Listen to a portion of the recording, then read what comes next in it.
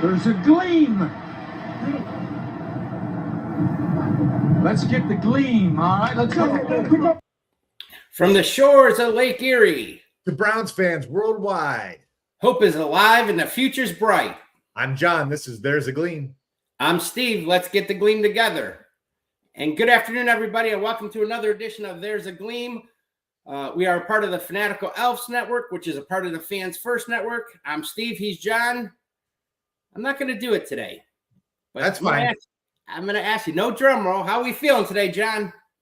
I'm feeling good, Steve, except for the fact that I wiped out taking the garbage out. Was it Tuesday night? Oh, really?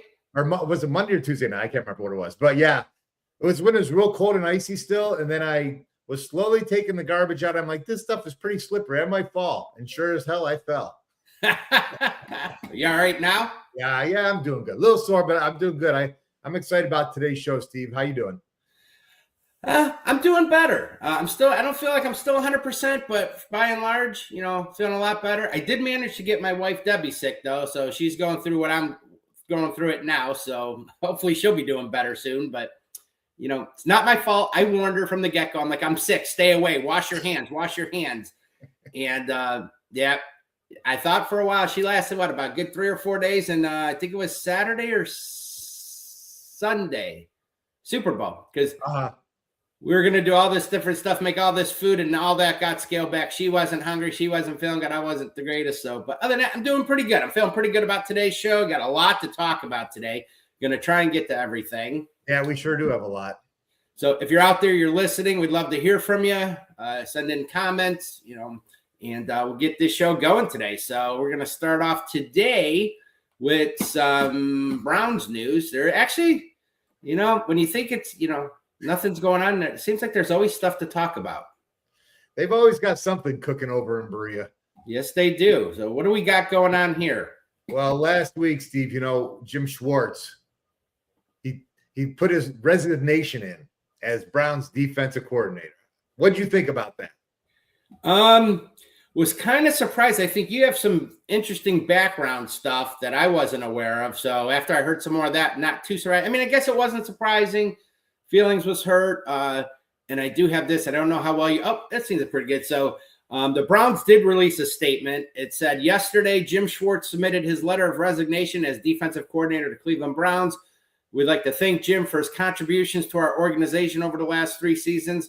Our search for a new defensive coordinator will begin immediately. So they did release that, but I guess it's not too surprising. But I'm going to let you, I know you've got some good tidbits here that I was not aware of. Yeah, so I did some research on the situation because I had heard a couple different scenarios and people talking about can he leave? What's his obligations? So did some digging in Per Sports Illustrated. So we know Schwartz is out in Cleveland, not because the Browns wanted him gone, but being passed over for the Browns head coaching job again. Schwartz chose to resign rather than return as defensive coordinator, despite Cleveland wanting him back. Now, what went down was Schwartz cleared out his office and told people he wasn't coming back when he heard about the Todd Monken hiring. He resigned on the same day Myles Garrett won his second straight Defensive Player of the Year, and Carson Swethinger won the Defensive Rookie of the Year. Why this matters, this isn't the first time that Schwartz has been passed over in Cleveland. Stefanski was hired over him in 2020. His reaction and abrupt exit may explain why teams keep hesitating to keep him as a head coach. Now, can Jim Schwartz coach anywhere else? You might be asking yourself, well, not that easily. Schwartz resigned with 2 years left on his contract, and the Browns retain those rights. If another team wants to hire him, they'd have to trade draft compensation to Cleveland. That's where I was looking up some things. You have something you want to say? Want to add? Well, I thought I heard that too, but I thought somebody said assistant coaches, you can't do that technically. Yeah, technically, yes. So an indirect trade, a team can release an assistant coach from their contract to allow them to join another team. While not a direct trade, is often done to get compensation informally, sometimes linked to other player transactions. So it's basically a way to skirt around the whole issue. So let's just say hypothetically, we'd say we're letting them out, and the Raiders, I'm just going to float that team out there, decide to hire him. And then what do you know? The Browns make a trade and get a 5th-round pick for some obscure practice squad player. Read between the lines and say that was probably for Jim Schwartz. Yes, exactly. As we talk about that, I know that's gaining some legs there. I don't know if it was La Canfora who last reported or somebody else that supposedly there's some strong interest in him going to the Raiders and being a D coordinator there under Clint Kubiak and under Tom Brady in the organization. So something to keep an eye on. I heard that too. So now, would you let him out? There's really no reason for us to say, we're going to let you out. Go ahead. I would only let him out if I got the deal that I wanted. Me too. If not, you know what? You signed it. I was torn on that. Now I thought about it. I'm like, you signed a contract. You didn't get the job. You've done a decent job here. Some of his stats, overall it's a good defense, but is it the players? I mean, how much is he? I don't think it's 100% Jim Schwartz. I think he's done good. I think he has, opened up some things, but I think that talent is so much better. When you added Mason Graham and Carson Schlesinger, among others, he's got a lot to work with for sure. For sure. And I think this, if anything, if any position, for the Browns is, I guess, appealing, it's got to be defense coordinator. To see that, what you have talent-wise to work with. Yeah. I think any DC in their right mind would, chomp at the bits to have that. Yeah, and if nothing happens, Schwartz, he's going to have to sit out for 2 years. Yeah, and that's going to put him at 62 years old. Yeah, they need. Is he? Yeah, is he 59 or 60 himself? Yeah, so he's around. He'll be 62 now. From my research, this kind of situation is really rare, Steve, especially for someone not widely viewed as a serious head coaching candidate, even though he's gotten some interviews. What did I say? OIC. What's that? What's the famous saying? OIC. Only. Now, a couple things though. Your point you kind of touched on a little bit. They did let Tommy Rees out of his contract, the special teams coordinator, to join Atlanta. Yeah, they let Bubba Ventrone out of his contract. Oh, I'm sorry, Tommy Rees was OC, offense coordinator, and then Bubba Ventrone, the special teams coordinator, to the Rams. So I don't know. I think they'd have to get the right deal. Right. But now we're down to Todd Monken. He's got to find a defensive coordinator, and they've been hired. We'll talk about that. They've been interviewing a lot of guys. Yeah, and, I know they had at least 2 in-house guys. 2 or 3. Yeah. 3. So, anyways, this is new for Schwartz because in 2015, after not being retained in Buffalo, Schwartz stepped away from coaching entirely. He worked in the league office and turned down a Dolphins defense coordinator job, and then resurfaced in 2016 with the Eagles. So Jim Schwartz chooses pride over continuity. Now, unless a team's willing to pay for his rights, he's likely to sit on the sidelines. Interesting stuff. It seems like Jim Schwartz kind of backed himself in the corner, but I kind of feel like he doesn't care. Yeah.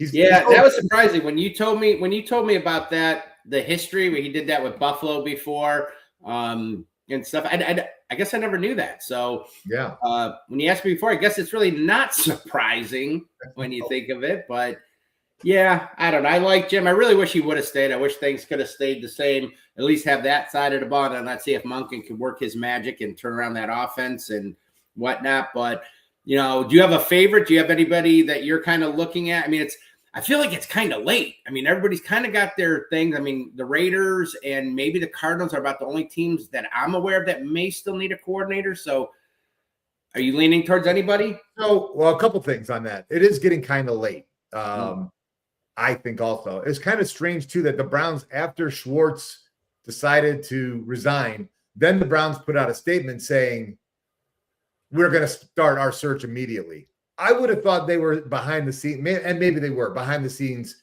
already starting this search. Right.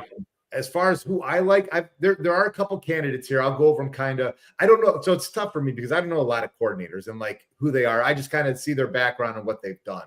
And I don't know if that makes them good or not. So I think this comes down to the interview part for the Browns. But so internal candidates, we had Ephraim Banda.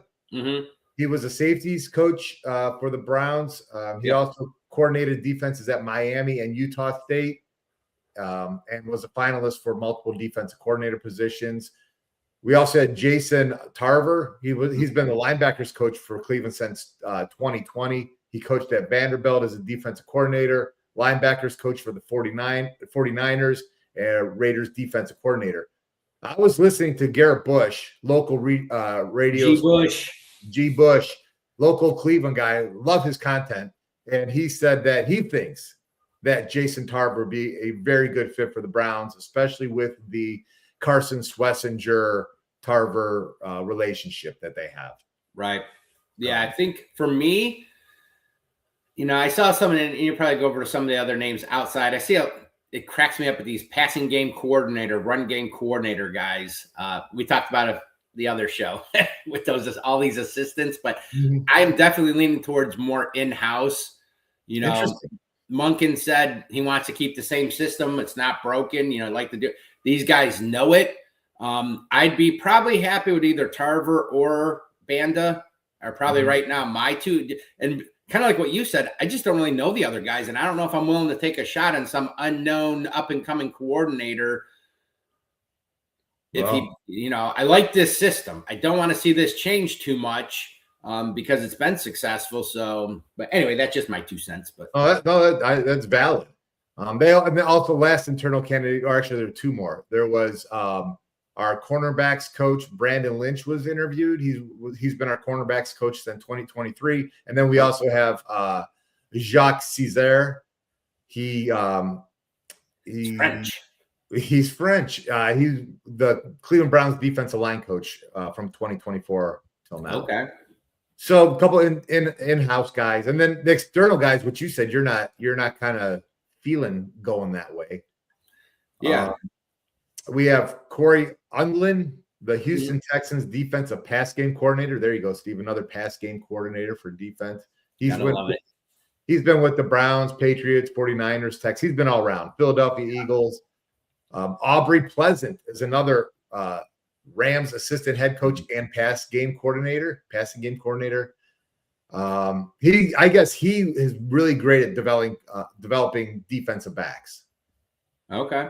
So he's been with Rams, Lions, Packers. And then according to Scott Petrick, the Cleveland Browns have also brought in Falcons pass game coordinator Mike Ruttenberg. And then Panthers pass game coordinator Jonathan Cooley.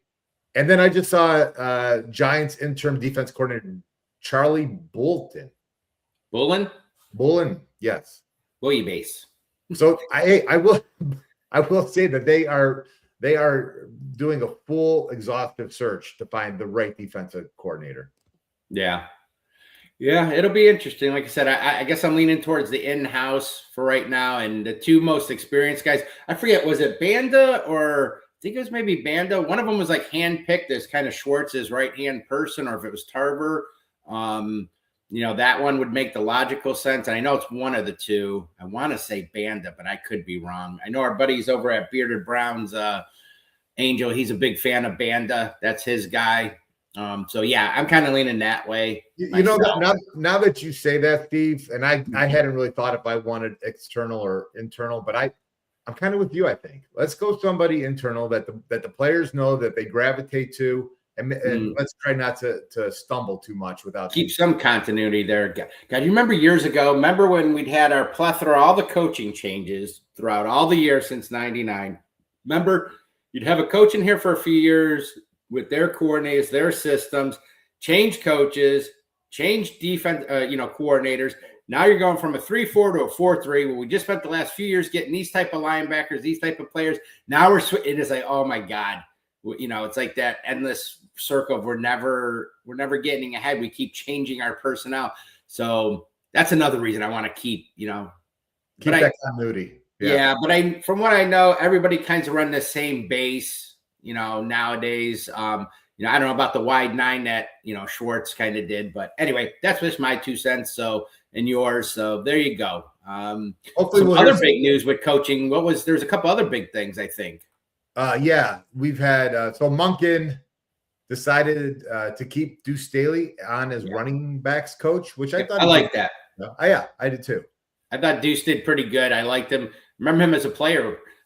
Good little running back, and I like what he's done. So I keep retaining him. That's got my approval. And then Steve, the big one. Finally, we've broken away from Bubba Ventrone. Yeah, he left town, and we've got a new special teams coordinator. Yes, we do. Byron Storr. So I don't know anything about Byron Storr, but I imagine he's going to be heads and shoulders above Bubba Ventrone. Yep. That's from your lips to God's ears, Johnny. He was the Green Bay Packers special teams? Yeah, he's like the assistant special teams coordinator. So, and I pulled something up.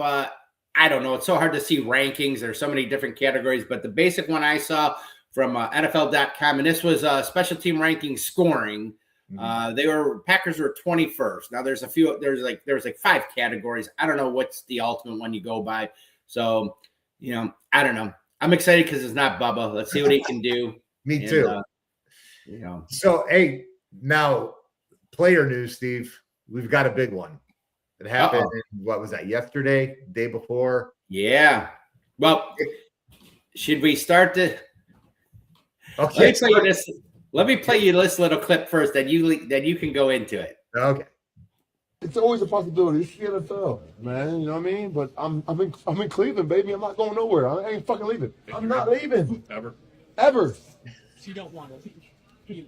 Jesus Christ. No. Do you think you can work something out that you're here beyond this year? I hope so, yeah. Do you know if extension talks have started at all or not? I can't say. David, why are you so passionate about Cleveland being here? You don't see this right here? This is 85 with a Nigerian flag, but it's also the state of Ohio. Yeah, you didn't see that, huh? That's nice, isn't it? I'm so happy, man. I don't know how to put it. I'm so happy. For real, I'm serious. I found out the same way you found out at 4 p.m. yesterday. I'm here. Okay. I ain't fucking leaving. So that was just 4 months ago, and he made it pretty abundantly clear. He ain't leaving. David Njoku. Yes, sir.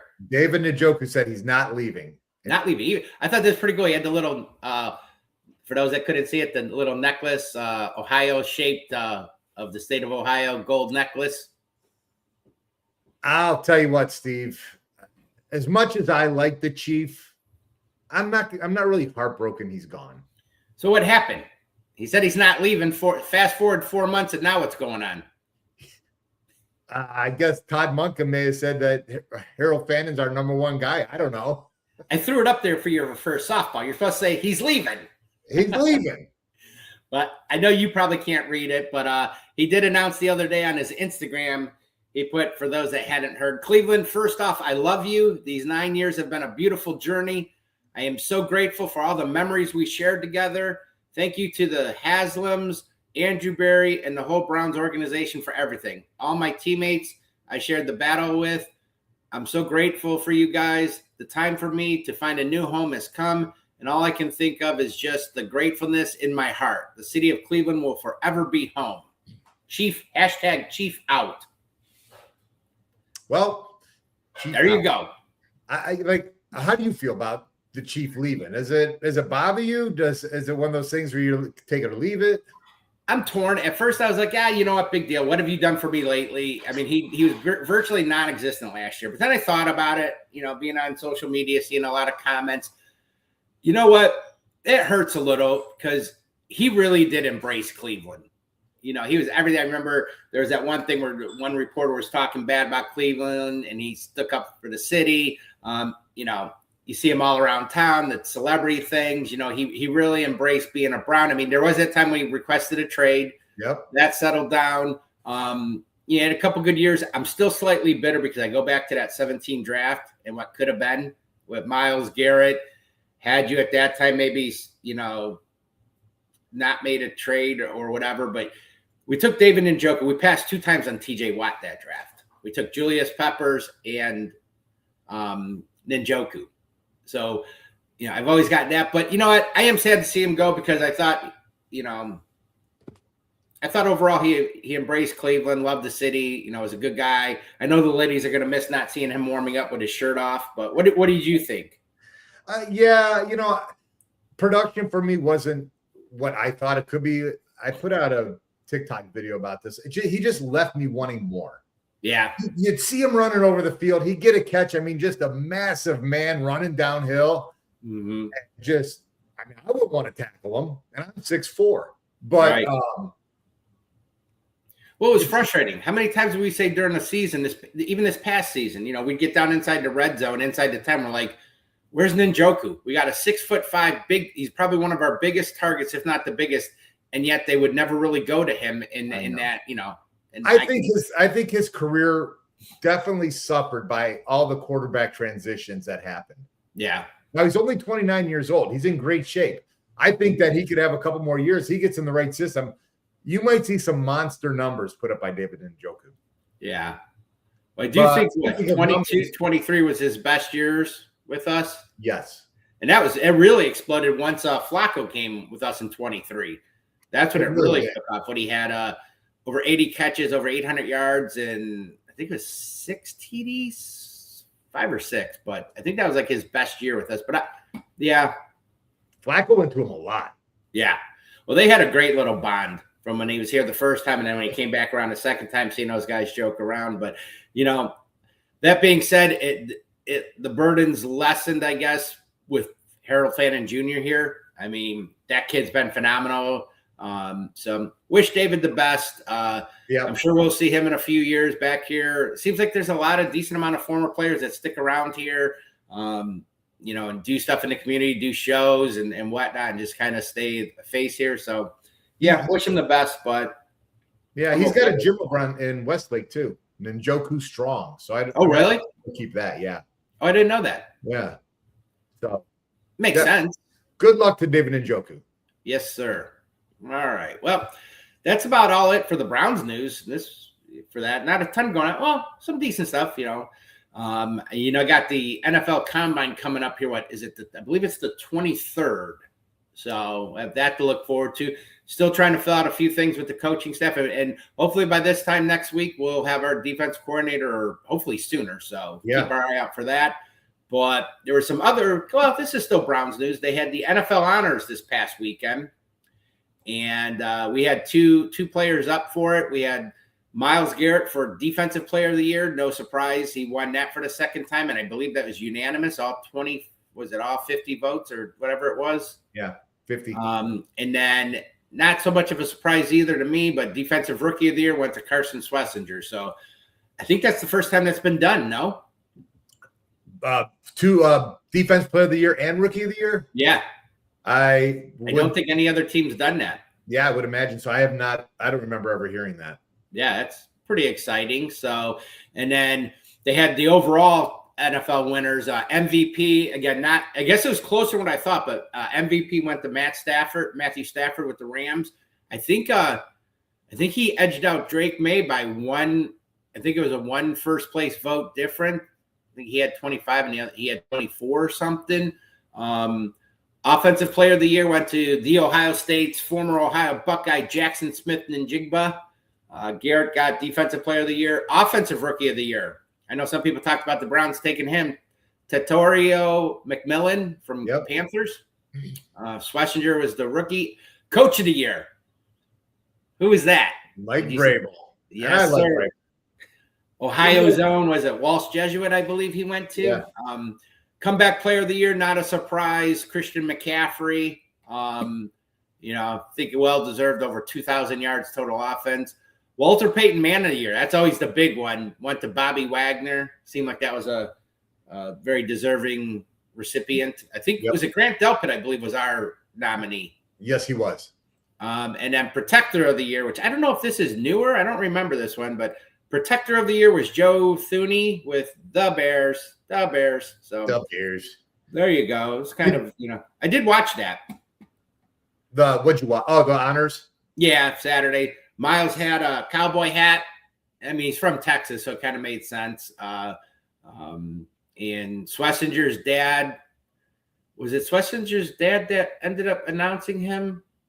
They had the parents up there, or a significant person reading a little bio of each candidate. And then the other big news was Hall of Fame. They announced their 2026. Can you see that, John? Yes. So who'd we get for the class of 2026 Pro Football Hall of Fame?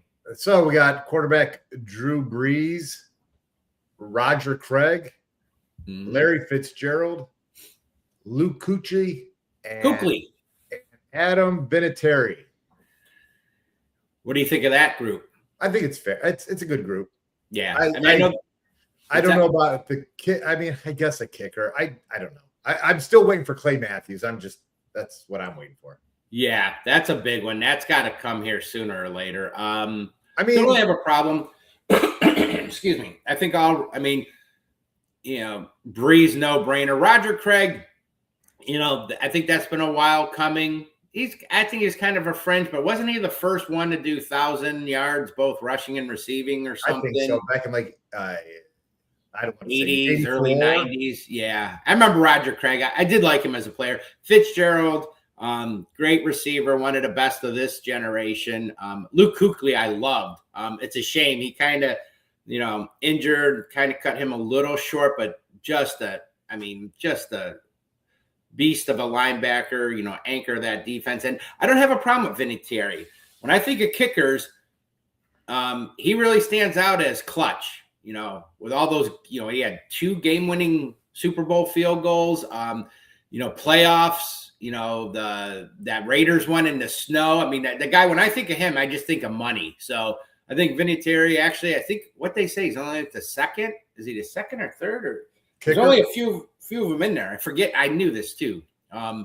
There's only a few, so I don't have a problem. I think I don't know if Justin Tucker will get it now, but I think he'd be a deserving one. But I'm not sure with his well, for a while he was like the most accurate all time or something, but I don't know where he's at now. Yeah, there's not too many. Vinatieri is good. I think I'm more hung up on the Luke Kuechly. Kuechly? Kuechly. Why did I say Kuechly? Cooch. Yeah, it looks like it. Kuech. I can't. It's so blurry. I can't see. I feel like you're sending me to the doctor's exam trying to read these things. Yeah. But just because Clay Matthews isn't in, and why is Luke Kuechly in? Kuechly. I don't know. It's a good, fair question. I haven't looked at their numbers. I'm going to look at the numbers, and next week I'm gonna bring them. I'll bring them up. There you go. Yeah. No, I think it's overshadowed a little bit. Belichick not getting in, and some will say Robert Kraft, takes away a little bit because people, Belichick. I mean, I don't know how he wasn't an automatic first timer, but I think it's a solid class. Yeah. I don't really have a problem with it. Years past I've had with some. I didn't know if Brian Urlacher was that good or Zach Thomas, but whatever. I'm good. So there's that. And then the other one of our favorite things to talk about, the 2026 NFL draft order is now officially set here. Oh boy. We know the Browns are officially at pick number 6 and pick number 24. With this playoffs ending, you have New England now with the 31st pick, and Seattle will have the 32nd pick. And there's 4 teams this year without a first, as of right now, without a first round pick. That's the Atlanta Falcons. Hello, Stefanski. He's used to that. Yeah, right. They traded it to the LA Rams. And the Rams, wow, I didn't realize this till just this second. They have 2 first round picks, 13th and 29th. Yeah, there's a couple teams that have 2 picks. I'm trying to remember. Well, if there's 4 teams, there should be 4. Yeah. Well, I thought the what do you call?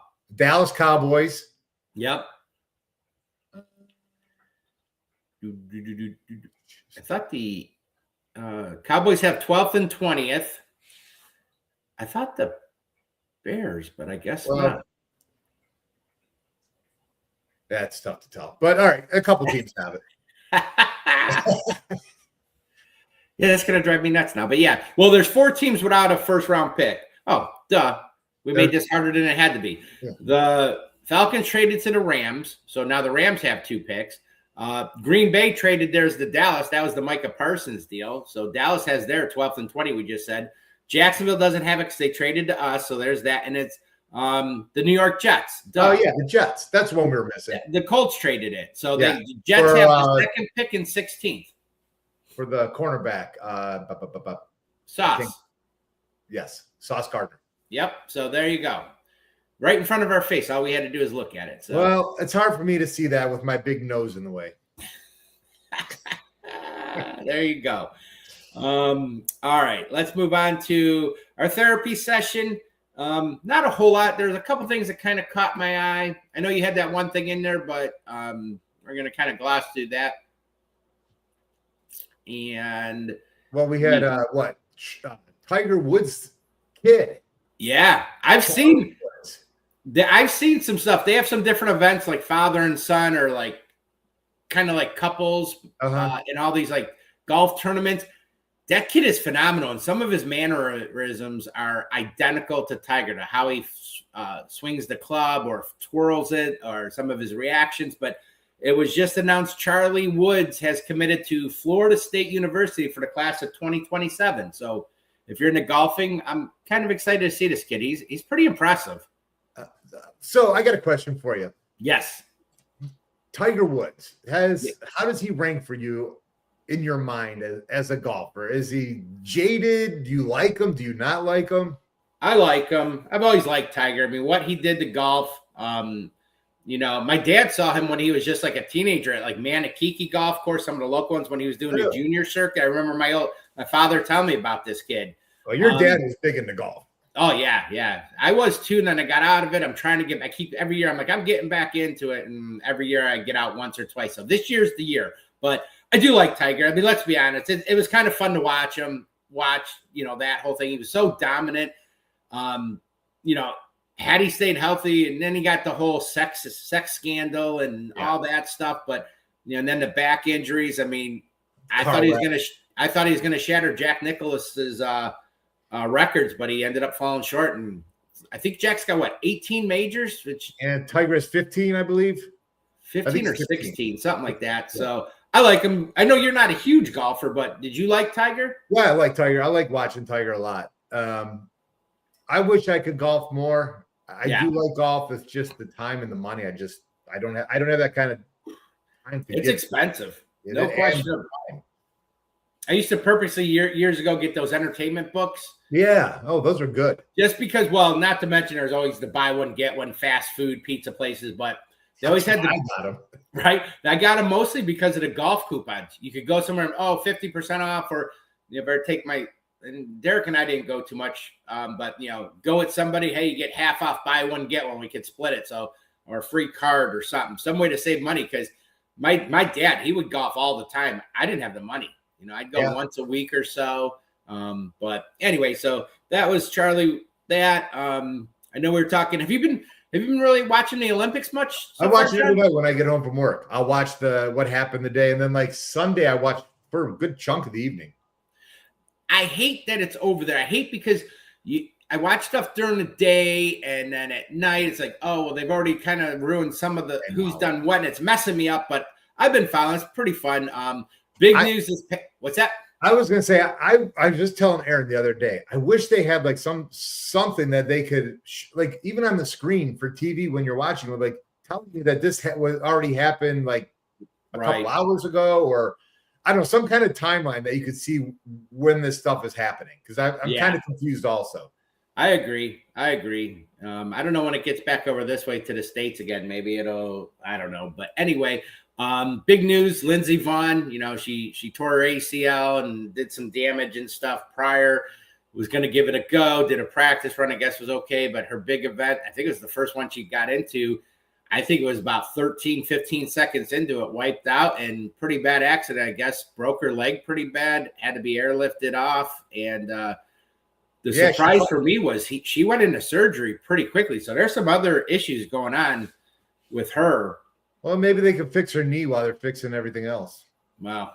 Well, I think she said she's going to this is now going to require multiple surgeries. So it's a shame. Hate to see a legend like that go out like that. 41. I don't think she'll be back. I ain't going to lie, man. That skating, that downhill racing like that is, you got to have some set of, that's freaking, dude, last Sunday or Saturday, whenever I was watching at night, I think I texted you guys. Yeah. And I was like, are you watching this downhill skiing? Yeah, he did. 2 miles an hour down that hill? Get out of here. That's insane. I couldn't do it. I couldn't even ski as it was. I barely gone skiing. I could ski all right down the hill. I could never stop. And I know they say cross your, you're supposed to turn your skates in. Every time I did that, my legs got tangled up and I fall. So I stopped years ago. So yeah, I can't. That's a different breed. So I can't even do the bunny hill at Brandywine without wiping. You found this little nugget, which I wasn't even aware of this, but this was this just happened. I'll let you do this one. Yeah, so Kurt Signetti's headset from the national championship game was auctioned off, and the opening bid was $450.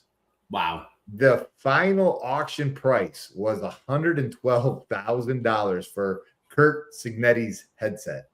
Can you believe that? $112,000 for a headset. Some people just have too much money. That's insane. Have you ever bought any type of collector item merchandise, and what'd you pay for if you did? Or I'd have to, I mean, back in the day I was, in the sports cards and collecting those, thinking that was going to be my retirement one day, and that didn't happen. But I'm trying to think that I actually paid for. I put a few bids here or there half-heartedly. I remember going to Vegas, and I think it was at the what is that shop there? Not the Coliseum, but whatever. Yeah. They had some sports place, and you could bid on stuff. I've seen stuff. The Browns at games, they've had some stuff. I'll be honest, I'm too cheap. Some of this stuff is just so expensive. I don't have that kind of money. Yeah, and it doesn't really appeal to me. It's like something that I don't know. No, with you? I will say the one piece of I'll ask you. I'm going to answer this for myself, and then I'm going to ask you. My favorite piece of memorabilia I have is my signed Tim Wallach baseball that you got me when he played for the LA Dodgers. I really messed up. That's my only signed memorabilia, and that's my favorite. Well, that cracked me up because, for whatever reason, Tim Wallach was like your favorite baseball player of all time, non-Indian or whatever. But I screwed up. I screwed up big time. Why? I should be sitting on a gold mine. Well, because years ago I worked for the Cleveland Indians, and at the stadium. Right, I forgot about that. That was was it the 95 year? 94. 94. I always remember thinking how cool this was because I got my paycheck, and like Albert Bell and Manny Ramirez were getting their paychecks the same day, and I think we got paid every 2 weeks, and of course mine was about $800, where those guys were getting probably about $50,000. But I worked in the merchandise. So we'd get all the stuff, shirts, hats, all that stuff down below. We'd sort everything. Then we would get everything together and we'd ship it out to the different concession stands at the stadium. Back in the day, there was actually stores at the malls and stuff. Great Lakes Mall, Great Northern out in Belden Village. And we'd have to take it out there. And anyway, so working there, I was always underground. I saw a lot of famous people. Kevin Costner come through, Tom Hanks. I'm missing people, because they take them down below, back way. Yeah. But I had a chance to, we could go out and see all the players. And I did it for another buddy. He was a huge Don Mattingly fan. So I got a baseball, waited for him to come out and got his autograph. But where I screwed up was I should have been getting all these baseballs and getting all these players' autographs and just collecting these things. But I didn't have that kind of money. I was getting take home $300 a week. I can't remember how much baseballs were, but I didn't have the money to buy all these balls. But I wish I would have gotten more autographs. Yeah, from, some of the players. You were in a good spot to do that. Yeah. I don't know if I really. God, I'd have to really think about it. I know when my son was doing track. So this would have been high school in 2005. Derek made it all the way to regionals and just fell short of going to state, which was amazing because, he was a safety and, he played linebacker and tight end in high school. But, the kid didn't even weigh 200 pounds. And he was doing shot and disc his last 2 years.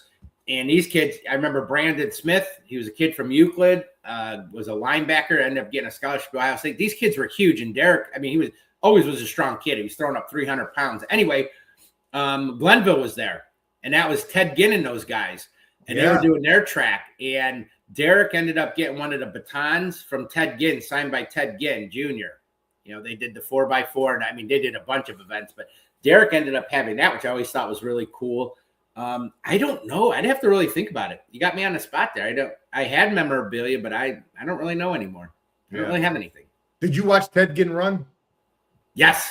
Was he fast? Oh my God, fastest kid fastest person. I mean, that whole Glenville. I forget the other guys on that, but yeah, they said he was Olympic speed.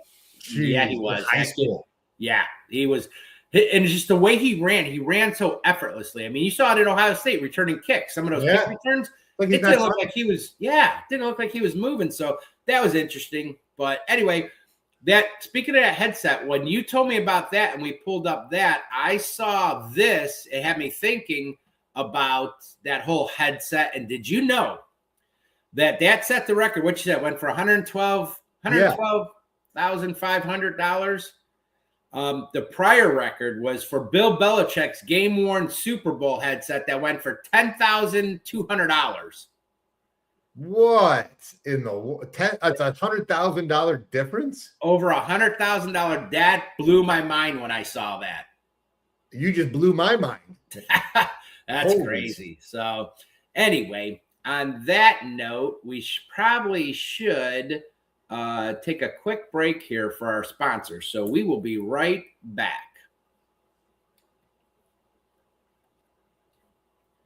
And thanks for joining us coming back with us. We want to thank Hemisphere Coffee Roasters.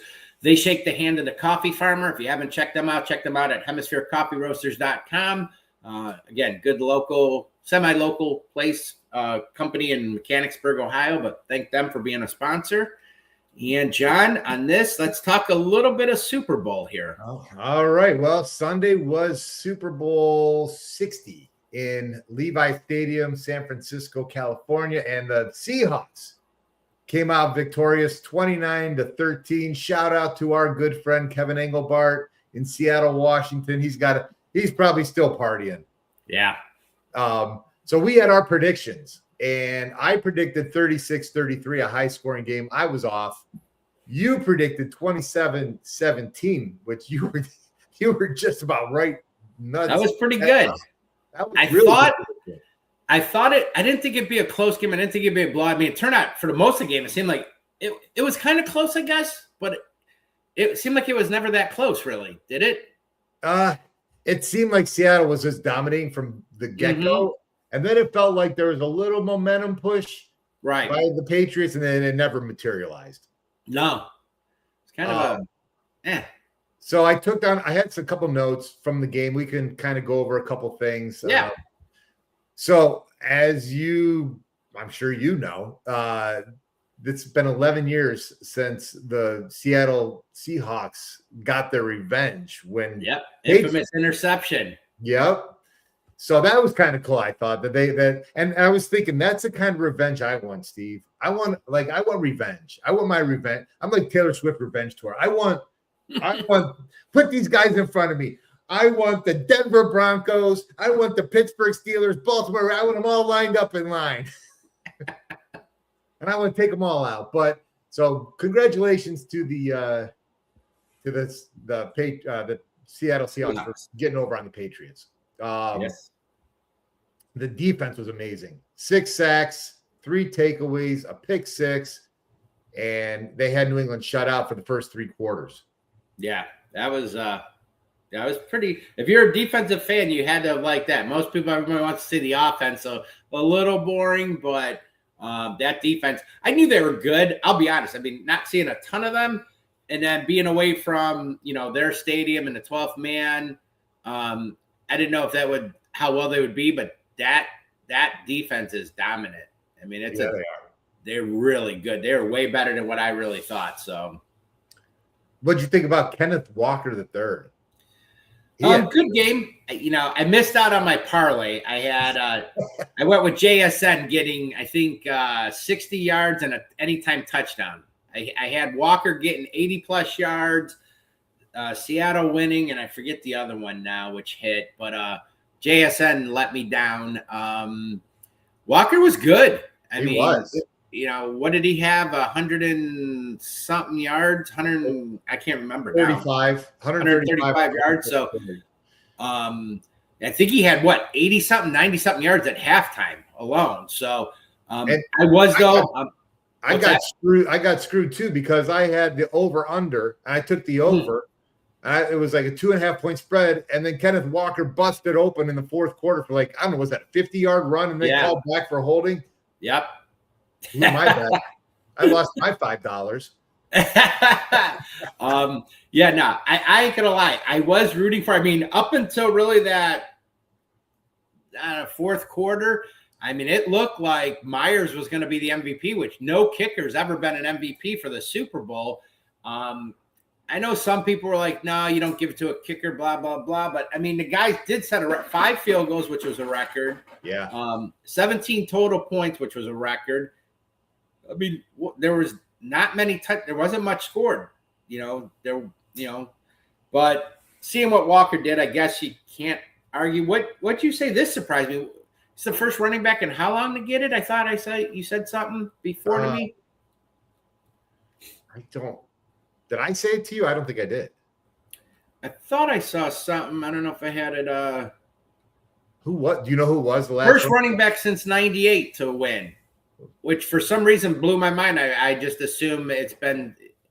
Yeah, there you had. Super Bowl MVP is the first running back to do it since 1998, which I guess all the quarterbacks and stuff. But yeah, I thought maybe a running back got one before then. Who? What? Do you know who it was? Nope. Cooper Kupp had a great game. 6 catches, 61 yards. Yep. Which I guess because of Jackson Smith-Njigba, he was limping. Was through the third quarter. Then he went out. They thought a possible concussion. Then he came back in. So he did come back. He did come back. And to answer your question, it was Terrell Davis from Denver. He had 157. Yeah, geez, the guy had 157 yards rushing and 3 touchdowns. Was that the Super Bowl when he had the migraine headache? Was it the same one? Yeah, I think it was. Well, maybe not, but 3 touchdowns and 157 yards. It's not a bad day there, but yeah, he was the one that won it in '98. To answer your question. Okay. So, I don't know. I mean, kind of boring. I was on social media a little bit. A lot of people, somewhat of a boring game. Mm-hmm. What? Not to get political or anything, but what do you think about the Super Bowl performance by Bad Bunny? You know what? At first, I was like, I don't know. Wasn't excited when they announced it. I don't know anything about him. I still really don't. It's not my thing, but I know people enjoyed it. I didn't love it. I didn't hate it. I didn't think it was bad. It had a good beat to it, I guess. I do know this for sure. They will never, ever, ever, and I mean ever, please everyone. I don't care who they select for the halftime show. There's always going to be that segment of people that will not like it. So, you're never going to please everybody. What did you think overall? I liked it. I thought it was good. Same as you. I've never really listened to a whole lot of Bad Bunny except for what my girls kind of showed me before the Super Bowl, or had me listen to. And I thought it was a fun show. I thought it had a great beat. Debbie put bad halftime show. Love the Budweiser horse and eagle commercial. There are some good. Did you see that commercial? You remember that one? Yeah, I saw that. It was good.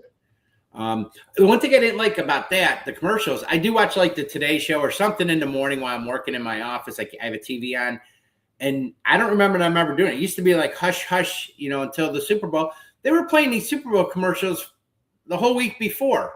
Yeah. I guess the allure of having it the day of is gone, but I'm sorry. I didn't mean to cut you off, but I did. Did you watch the other halftime show where I didn't even know where the heck it was? No, I didn't watch it, but I saw a video of Kid Rock trying to explain why he was lip syncing.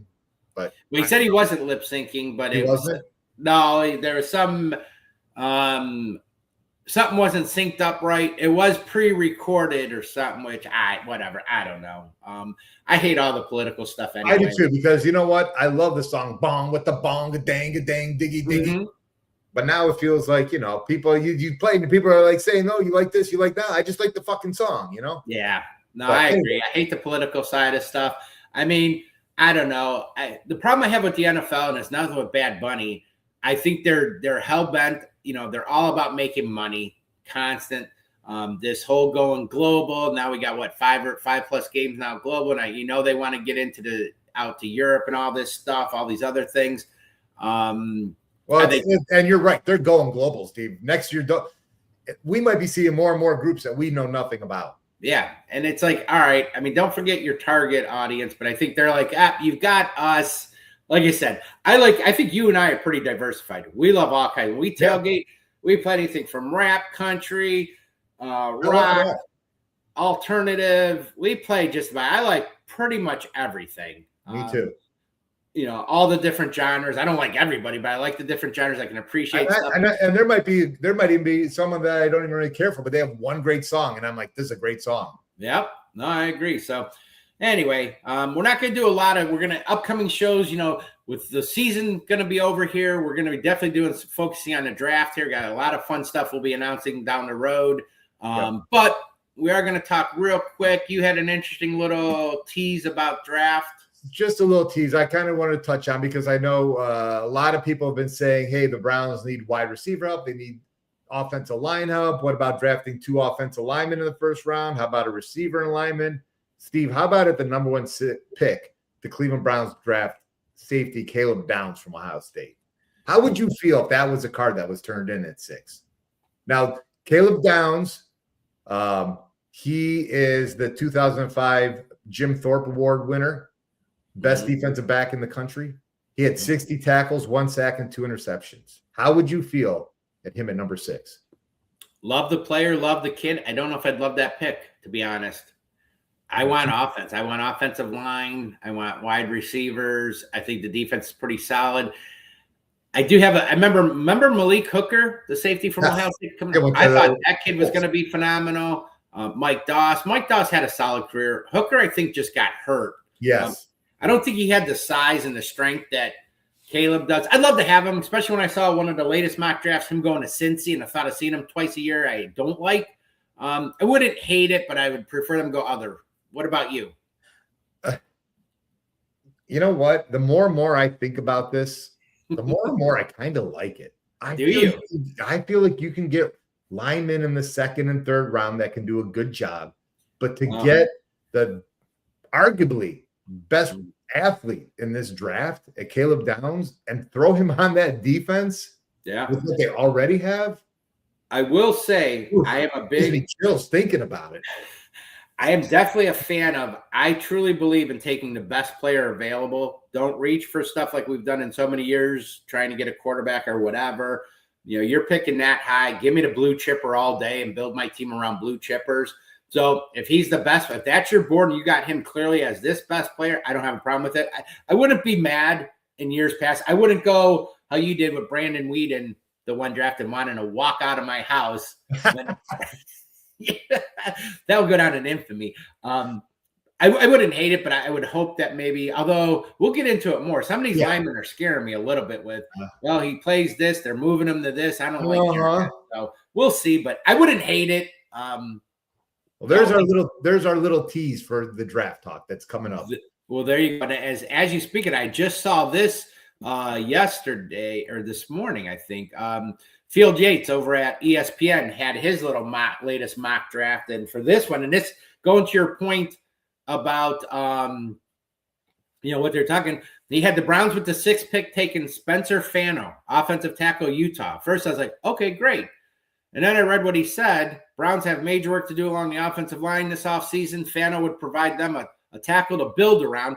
Extremely talented player who started the past 2 seasons at right tackle.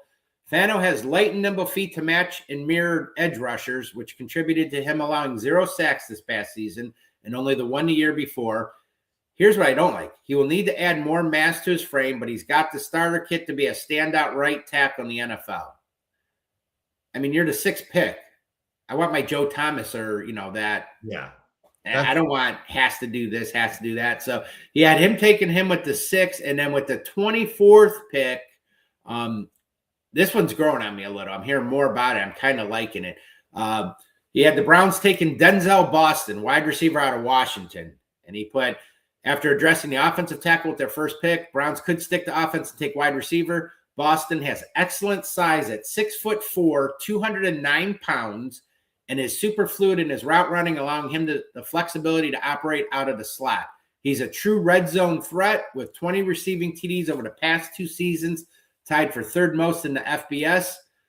Good things happen when the ball is thrown Boston's way. He posted 13 contested catches in both 24 and 25 season, and he's been credited with only 4 drops on 209 targets in 4 collegiate seasons. Okay, I take him. Big target. That's what we need.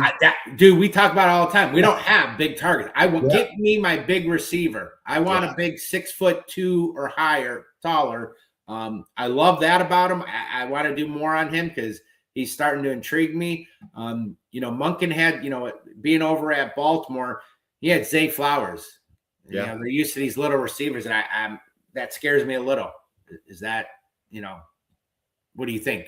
Yeah, I'm not a big small receiver guy. I'd like to have like 1 on maybe 2 on the roster, but other than that, I like the big guys, the big targets. Yeah, give me the Mike Evans, the big guys, the Larry Fitzgeralds, those type of guys. Now, don't get me wrong, I'd love to have a little slot, speedy, fast guy that's 5'9", 5'10", that flies down the field, and can stretch that defense. But I want the big receivers, Drake London, so on and so forth. So yeah, I agree 100% with that. And we're definitely going to be talking more about that. So, all right, our favorite. We're going off script a little here with the land. Well, not really the land. We always said we do a lot about food, but we also do everything Cleveland. So you did this one again, and this time you did not do food. What did you do this time, John? We went to the great big home and garden show at the IX Center. I'll tell you what, Steve, I have not been to I haven't been to the home and garden show. I don't know when it got the great big title. Right. I thought it was always the Cleveland home and garden show, but now it's the great big home and garden show. It's like that. Hadn't been there in, I don't know, Steve, 20 plus years probably. Mm-hmm. Went and had a really that was at the IX Center, right? It was at the IX Center. Yep, that they're turning into an Amazon data center, I guess. Yeah, fulfillment center, data center. Okay.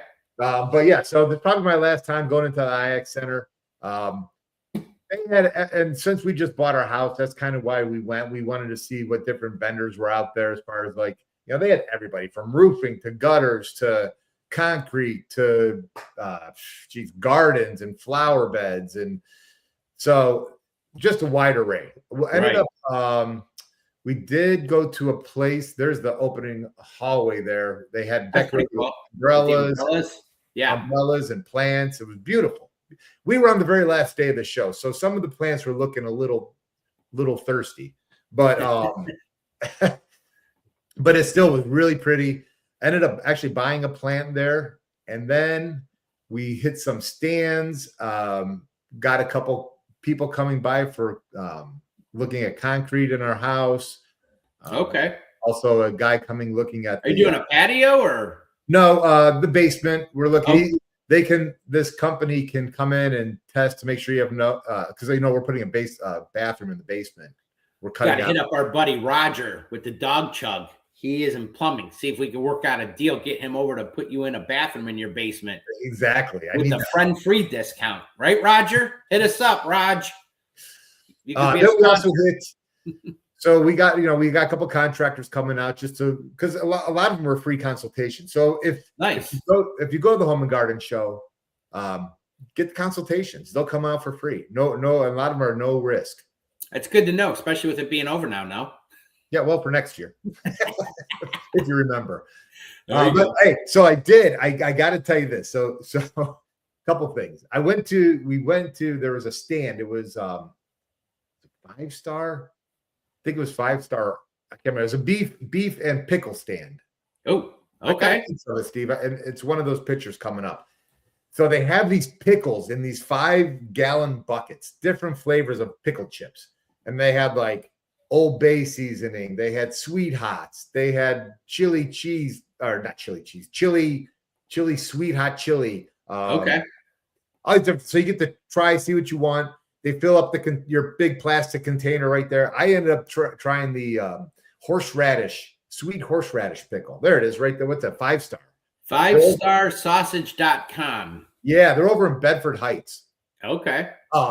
And what you get again? I got sweet horseradish pickle chips, and they put them in this plastic container. And I'm Mhm. waiting. Dude, this line took literally like 15 minutes.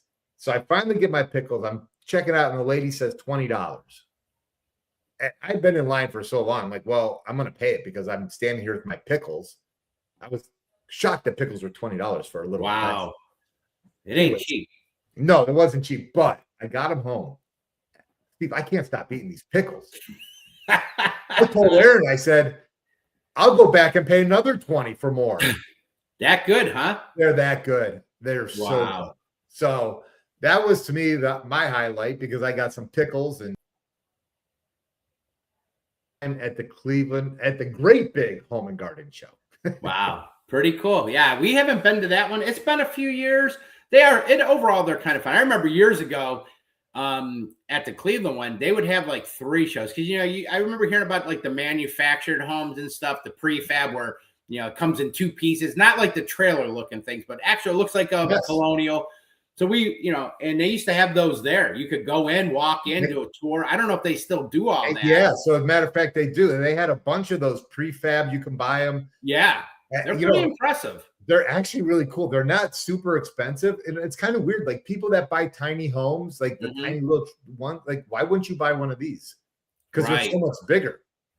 Yep. No, I agree. It's always kind of fun to go check those out and stuff. And it is. It's one of those things. I think it's one of those things you do every once in a while, unless you're really into it. But it's fun to do. Get out on a cold Saturday and absolutely. So no, it looks like a good time. I said, I know we talked about it. I don't know if that's officially the last event or if they got one other thing going on, but I know it's there was like 1 or 2 more things on the billboard, and I think that's it. Okay. And then because then I think everything now will be moved to downtown and at that convention center. So we'll see how that goes. But all righty. Well, there you go with that. So on that note, I know we kind of did a little bit of a tease out there. And so this is kind of like There's a Gleam. There's yours. There's a Gleam. There's a Gleam. And what you're going to say is for me, this is my own personal, There's a Gleam. Big announcement. Well, here you go. This is the big announcement. We kind of teased you a little bit, but with the big announcement here is this is our 19th episode. This is going to be our last episode as we're going to be leaving the Fanatical Elves Network and Fans First Sports Network and venturing off on our own. We're going to do a little bit of a rebrand and some other changes, but first, I just want to start by saying I want to thank John Suchan with the Fanatical Elves for giving us our first opportunity and taking a shot with 2 local guys. Thank you, John. Also want to thank Fans First Sports Network and the rest of our colleagues over at the Fanatical Elves. It's been a real pleasure. Hope you guys will continue to watch and support all those great shows with the Fanatical Elves. Anything you want to add there, John? No, I just want to say thank you to John also for giving us this chance to start off, getting our feet wet in the podcasting world. And I really appreciate him doing that for us. Yeah, no, definitely. Thank you for that. We do plan on having a show next Wednesday at noon, and we're going to give a little bit of a tease. John and I have been working behind the scenes here on a few little things, but we're still going to be There's a Gleam podcast. There's one of our logos we're working on, but we will be back. We're going to stick with Wednesday at noon for now. You will be able to see us live on X, where you're currently at. We'll be on Facebook and YouTube. You can follow me on X, which if you're watching us on X now, this is the one. It's at Hemi44. You can see our future shows. And John's on X. John is at John R at Get the Gleam. But you'll be able to see all our shows live. Facebook, we do have a Facebook page called There's a Gleam Podcast. We also have a YouTube page, There's a Gleam Podcast at There's a Gleam Podcast. So look for us. We're going to be trying to do some more fun things. Yeah, looking forward to the change. A lot of really big things coming up that we've been working on very diligently. I must say, for 2 slackers, we're working pretty hard. I was going to say, you went from, doing the shows and stuff, but you're all over TikTok, and I'm not on TikTok, which that's going to change here soon. I did forget to mention, if you are on TikTok, John is at John, There's a Gleam at Get the Gleam.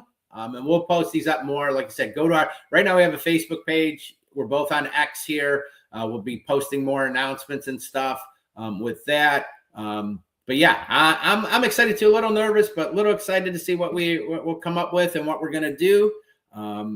But should be a good time. And I'm looking forward to it. Yep. Anything else you want to add here, John, before we sign off for the last time with the Fanatical Elves? Thanks again, Fanatical Elves. We appreciate it. And go Browns. There you go. Well, on that note, again, I want to say as well, thank you. It's been fun. Hope you'll continue to follow and support our show. And like John said, go Browns.